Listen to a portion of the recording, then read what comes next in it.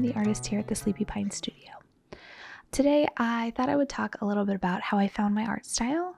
I think, finding your art style is something that a lot of artists really struggle with, and they constantly feel stressed out by because, they want to have this distinct style that they create artwork on that's recognizable so that they can build their following or whatever. And it's kind of the same concept as like a niche. What is your niche?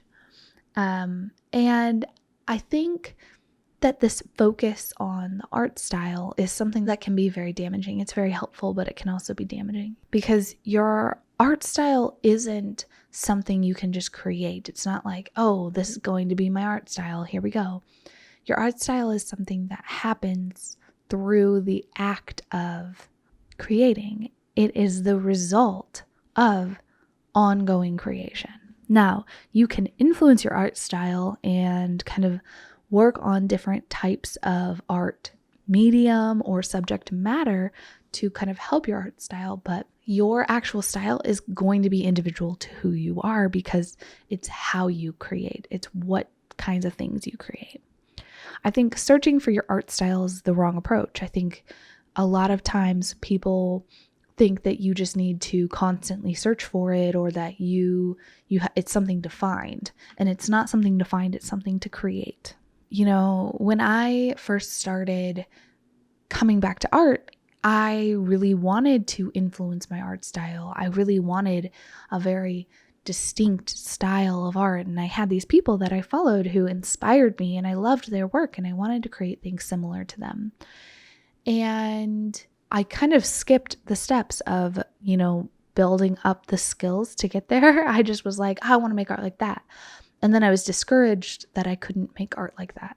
And so I kind of would do some really simple things, and my style kind of developed, right? It kind of formed, and I started creating these pieces that all felt very similar, like I was the same artist.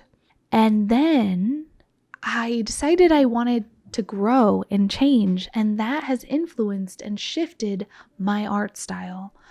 My art style and your art style and anybody's art style is always changing. If you look at the greats, their work does not look the same from the beginning to the end. It looks different because they change, because they grow as artists throughout their life. And that change might take the place over several years, or it might take place over, several months. I think everybody's a little bit different. So I guess we really need to step back for a second and look at what is an art style at all? What does that mean?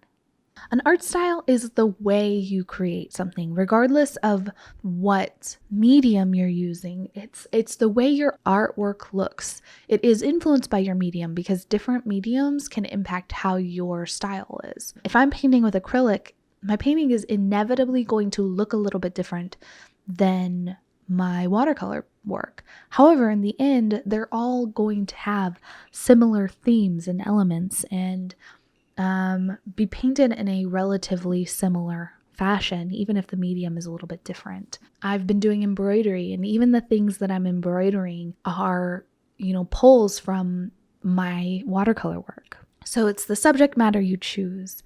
It's the way that you create your art. It's the way you look at the world and the way your hand will translate what you're looking at into artwork. Two people can paint the exact same subject and it will look different because they have a different worldview. They're going to approach it a little bit differently. And I think a lot of times we think that this has to be a static thing, like, oh, I figured out my art style and I'm done. And it's not. It changes. It grows. It's something that shifts over time, something that we can't bottle up. You can't take your art style and stay stagnant. I mean, you could, but I think you'd end up really unhappy because you're not growing. I saw an artist a while back who, and I wish I could remember who it was. He made a tarot deck. And one of the things he talked about is how difficult it was to continue to create a cohesive piece of artwork in the same style, because over the course of making the entire deck, which is like 78 cards, He really talked about how staying consistent with his style over the course of the 78 cards that are in a tarot deck, how challenging that was, because over those 78 cards, he learned so much and grew so much as an artist. And to create a cohesive deck of cards, by the end of it, he wants to go back to the beginning and redo those, so staying stagnant is difficult. This is something that really does change over time. It is something that is always shifting. But how can you influence your style? How can you guide it along? So I guess the first thing is figure out what inspires you. What kind of work really makes you feel good things? When you look at it, what feels awesome? What really makes you want to create? But there are two kinds of inspiration. There's the kind of inspiration where you want to create something similar and you enjoy creating something similar. And there's the kind of inspiration where you can look at something and be like, oh, that is damn good. I love that artwork. But that's just not my jam. I don't enjoy creating like that. And you're going to find those through time. And the way that you're going to do that is you're going to look at those works that you really like and you feel inspired by, and you're going to create something similar to it. As I go into this part where I'm talking about creating something similar to somebody else's artwork, I need to talk about etiquette. In a sense, there's no subjects that haven't been painted. There's, no real new ideas, right? There's always there's something else. There's, maybe a different approach. But, most things have been done. The reality is you're probably not going to be reinventing the wheel with your artwork. So how do you approach it respectfully and without stealing people's artwork? And I think that the first thing is there's a difference between being inspired by and copying. So if you're going to copy a piece of artwork, which is an okay, wonderful way to learn by copying, that is not something that you then turn around and sell because it's somebody else's artwork, right? Somebody else created that and came up with the idea and the concept, and you have taken their idea and copied it. You've learned a lot from the process. Maybe you're copying how somebody did their face, and you're taking their drawing or painting or pottery or whatever it is, and you're learning it. And that's okay to do, but it's not okay to sell. You might finish that piece and be really proud of it, and you want to share it and tag the original artist and say, I was learning from this person by copying their work. This is not an original idea to me. You might want to be like, oh, this is an original idea to me, but it's not. Then there's the idea of referencing. It's kind of pulling from a lot of different things. If you're not taking your own reference images, as in going out and photographing something and then drawing from that photograph. If you are finding photographs online, looking at other people's art for inspiration, things like that, there's this fine line between referencing and copying. You have to pull pieces. Little bits, right? So maybe one artist, you really love how they use gold leaf, and you really love the way that they use gold leaf, and they teach their process of using the gold leaf. You might take that process, you watch the video and you're like, oh, this is great. Let me play around with this. And you find that a portion of it works really well for you, but the rest doesn't. So you leave the rest and you just take that little portion of it. And then there's another artist who does these really cool washes. So you're going to take that wash, the way they do their washes, and you're going to be like, oh, that's cool. I want to pull from that. Yours won't be exactly the same, but you're just kind of taking the idea.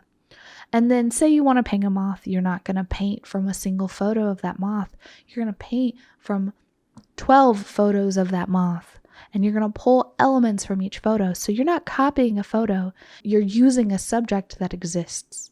References are best made with photographs, if at all possible, but sometimes you might have to reference something that is only drawn.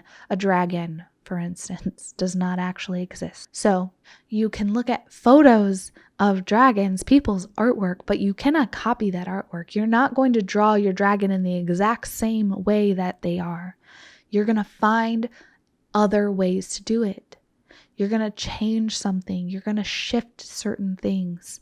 And that is how it's only a reference. You're not copying their work. You're just using it as a guide. And it's not only one person's work.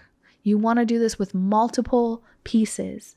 And I know that this is, something I'm talking long about, and I can talk a lot more about this in the future, but basically, you're not going to, when you're referencing things, you're just pulling pieces, just little bits here and there. And you want to be very careful that you are not taking too much of their artwork to create your own. You're essentially like sampling in music. It's very popular to sample other people's songs, to take a little bit of it and create something new using that little part of the song that you sampled. It's the same concept, but you have to be very careful that you're not stealing their idea. As you're creating your art style, if it resembles somebody else's work too closely, somebody else that you're following and you're referencing, you might need to make some shifts.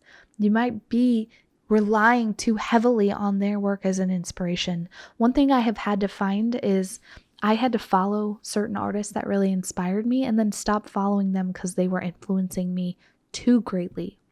I had to stop following their artwork on social media because every time I would see something, I would come up with an idea very similar to that. And I just felt like that wasn't very healthy.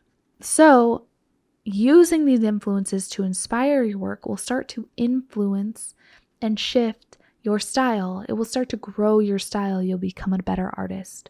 The other thing that will really impact your art style is the amount of time you draw or create. By working on the basics, getting better, continuing to create, you are naturally going to create your own style, what you're most drawn to, how you draw. You're going to expand and grow and develop your style on your own. This is not something that you have to create, that you have to define. It is defined by your choice of subject. It is defined by the way that you approach learning the different skills. It's defined by all of the pieces that come together to create the artwork that you have. And what will happen is you will naturally start to create similar work. If you're not creating similar work and every piece is a little bit different, that's okay. But that's a good time to start to pay attention to the skills. Go back to the beginning. Find what you like to do and find the similar themes that you can add into your artwork. A lot of my artwork has mushrooms and is very whimsical and magical and has gold foil, and all those things kind of combine together. It doesn't matter what I create. It will all be done in the way that I paint, and it will all have the little elements that I almost always include. So your art style is really something that kind of happens through action as opposed to something that you should search out. Thank you so much for joining me. I hope this helped a little bit about sharing how I found my art style and kind of looking at how to find your own. If you don't already, follow me on social media at The Sleepy Pine. I am most active on TikTok and Instagram. I am also going to be reopening my shop very soon with all new products. So make sure that you sign up for my email list. You can do that through the link in the description. And yeah, I'll see you guys next time. Bye.